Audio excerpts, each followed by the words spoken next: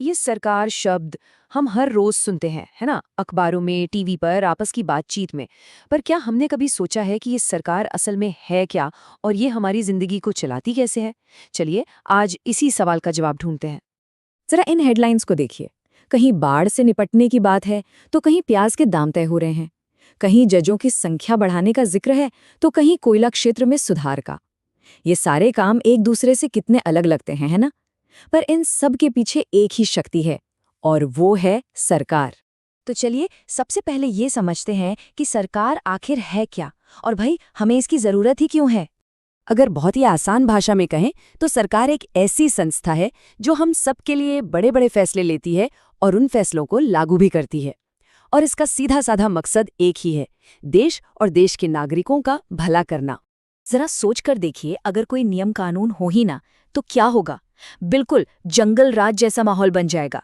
जिसकी लाठी उसकी भैंस।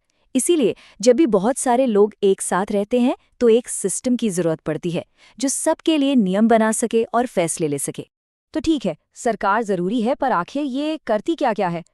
चलिए, सरकार की इस लंबी चौड़ी टू डू लिस्ट पर एक नजर डालते हैं। सरकार के काम हमारी रोज की जिंदगी से जुड़े हैं। देखिए, किसी मोहल्ले में सड़क बनवानी हो या बच्चों के लिए स्कूल खोलने हो, जब प्याज के दाम आसमान छूने लगते हैं तो सरकार ही उसे कंट्रोल करती है। बिजली की सप्लाई, डाक सेवा, रेलवे, ये सब सरकार की ही जिम्मेदारी है।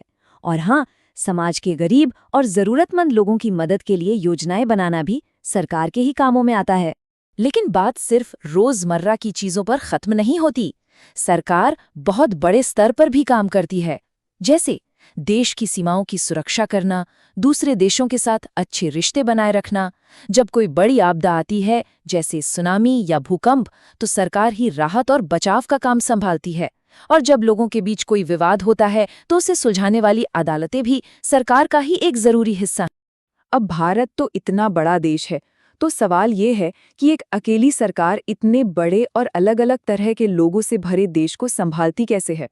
जवाब है, सरकार को अलग-अलग स्तरों पर बांटकर। देखिए, भारत कितना विशाल देश है। अब जाहिर सी बात है कि सिर्फ दिल्ली में बैठकर पूरे देश को नहीं चलाया जा सकता। इसीलिए काम को आसान बनाने के लिए सरकार को अलग-अलग लेवल्स पर बांटा गया है। तो हमारे देश में सरकार 3 स्तरों पे काम करती है। सबसे ऊपर है राष्ट्रीय स्तर की सरकार, जो पूरे देश से जुड़े मामले देखती है। फिर आता है राज्य स्तर, यानी स्टेट गवर्नमेंट, जो अपने अपने राज्य जैसे हरियाणा या असम के मामलों को संभालती है। और सबसे आखिर में हमारे सबसे करीब है स्थानीय स्तर की सरकार, यानी हमारे गांव, शहर या जिले की पंचायत या नगर पालिका। चलिए, ये तो समझ आ गया कि सरकार क्या करती है और कैसे करती है। पर सबसे बड़ा सवाल, सरकार को ये सब करने की शक्ति, ये पावर देता कौन है? इसका जवाब इस बात में छिपा है कि देश में सरकार किस तरह की है। एक तरफ है लोकतंत्र, जहां असली शक्ति जनता के पास होती है। लोग वोट देकर अपने नेता चुनते हैं और सरकार को अपने हर काम का जवाब जनता को देना पड़ता है।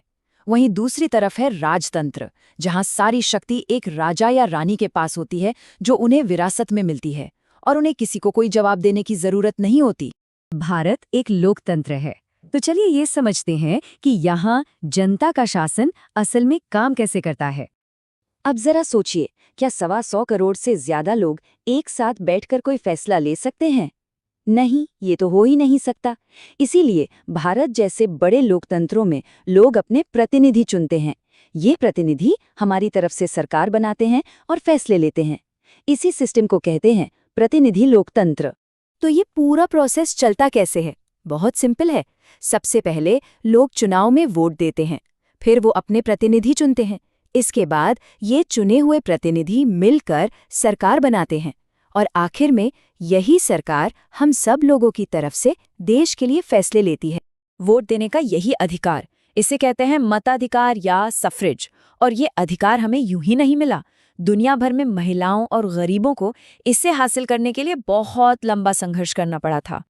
इसी बात पर महात्मा गांधी ने भी जोर दिया था। 1931 में यंग इंडिया पत्रिका में उन्होंने लिखा था कि वो ये सोच भी नहीं सकते कि जिसके पास दौलत है उसे तो वोट देने का हक हो, लेकिन एक ऐसा इंसान जिसके पास अच्छा चरित्र है पर पैसा या पढ़ाई लिखाई नहीं है, उसे वोट देने का हक ना हो। तो इस पूरी बातचीत के बाद एक सवाल तो बनता है कि अगर लोकतंत्र सच में जनता के लिए और जनता के द्वारा शासन है, तो फिर इसमें एक नागरिक होने के नाते हम सब की अपनी क्या जिम्मेदारी बनती है? इस पर सोचिएगा जरूर।